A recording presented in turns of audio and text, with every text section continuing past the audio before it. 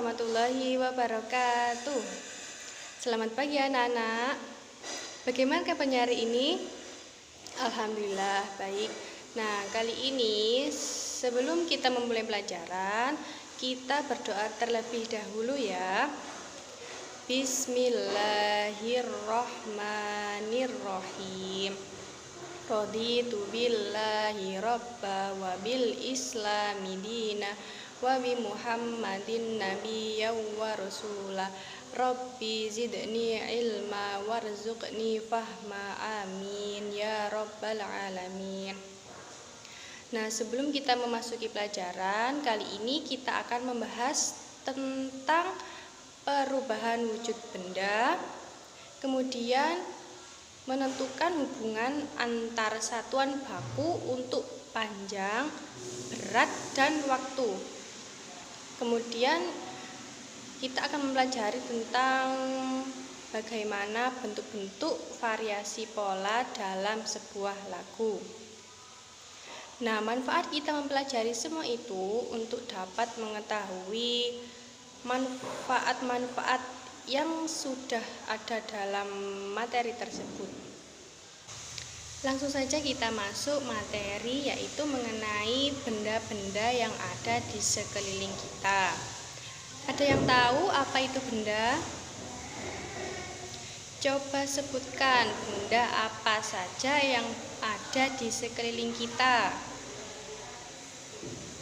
Ya, benar, ada bangku, ada kursi, ada juga lampu, dan masih banyak lagi. Apakah cahaya juga termasuk benda? Bukan, benda yaitu massa yang diukur dengan benda, yaitu sesuatu yang menempati ruang dan mempunyai massa, mempunyai berat. Coba bukunya dibaca pada halaman 2. Dari situ kalian bisa baca ya. Lalu apabila ada yang ingin ditanyakan, silakan ditanyakan kepada guru. Nah, sudah kalian baca ya semuanya. Kemudian selanjutnya yang ada di buku, di situ terdapat contoh-contoh dari benda. Nah, tugasnya sekarang yaitu mencari benda. Mana saja yang termasuk ke dalam benda. Lalu setelah kalian mencari yang mana bendanya, kemudian bisa dikelompokkan dengan 3 kriteria, yaitu jenis, sifat fisik, dan cirinya. Benda ada 2, yaitu benda mati dan benda hidup. Dicari mana yang termasuk benda mati dan mana yang termasuk benda hidup. Kemudian dicari berdasarkan ukurannya, lalu berdasarkan ciri-cirinya, yaitu berdasarkan beratnya. Baiklah, materi yang selanjutnya yaitu tentang menentukan hubungan antar satuan baku untuk panjang, berat, dan waktu pada kehidupan sehari-hari. Nah, di sini Ibu meminta anak-anak berbaris ya. Nanti dari yang terendah sampai yang tinggi. Di sini nanti kita bisa mengetahui apa itu panjang dan ukurannya. Nah, dari beberapa contoh alat ukur, salah satunya yaitu Ibu mempunyai contoh alat ukur penggaris. Nah, setiap alat ukur ini mempunyai satuan. Perhatikan satuan pada alat ukur penggaris ya. Nah, satuan yang dipakai dari penggaris ini yaitu sentimeter. Ibu di sini akan mempraktekkan bagaimana cara mengukur penggaris ini. Ibu kasih contoh kita mengukur penghapus ya. Nah, cara mengukur penghapus yaitu dimulai dari penggaris yang angka terkecil, yaitu angka 0. Dari sini kita bisa lihat melalui per sentimeter dari penggaris ini. Dimulai dari 0, kita bisa lihat yaitu panjang penghapusnya yaitu 1, 2, 3, 4, 5, 6, 7, 8, 9, 10.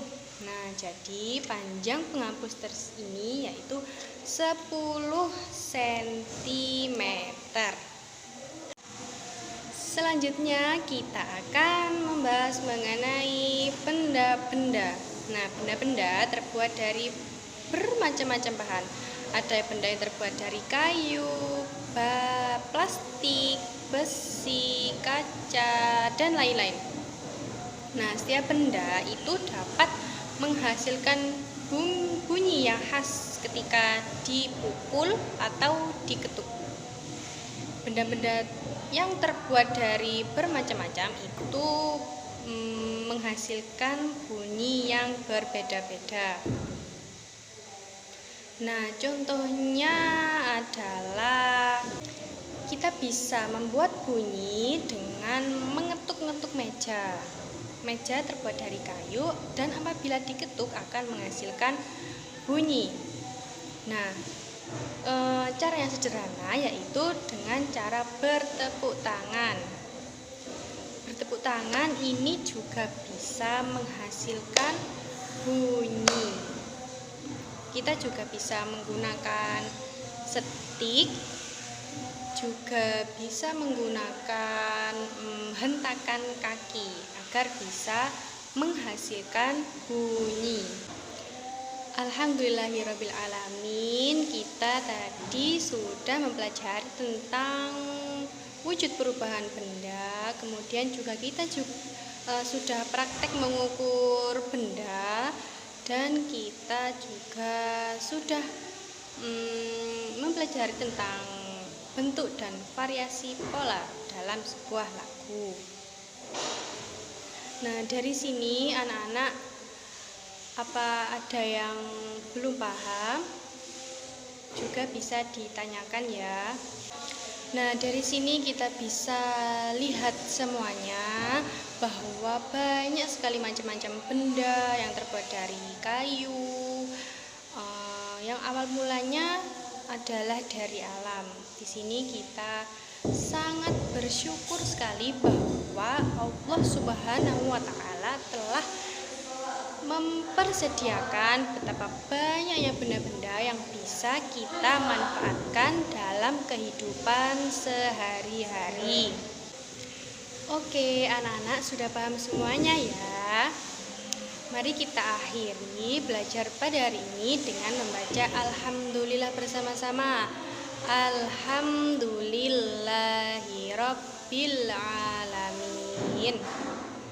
Nah, anak-anak jangan lupa dipelajari ya, dan jangan sampai tidak semangat dalam belajar. Kita semuanya harus semangat agar supaya pintar. Nah, sekian dari Ibu.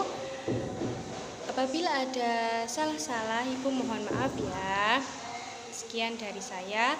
Wassalamualaikum warahmatullahi wabarakatuh.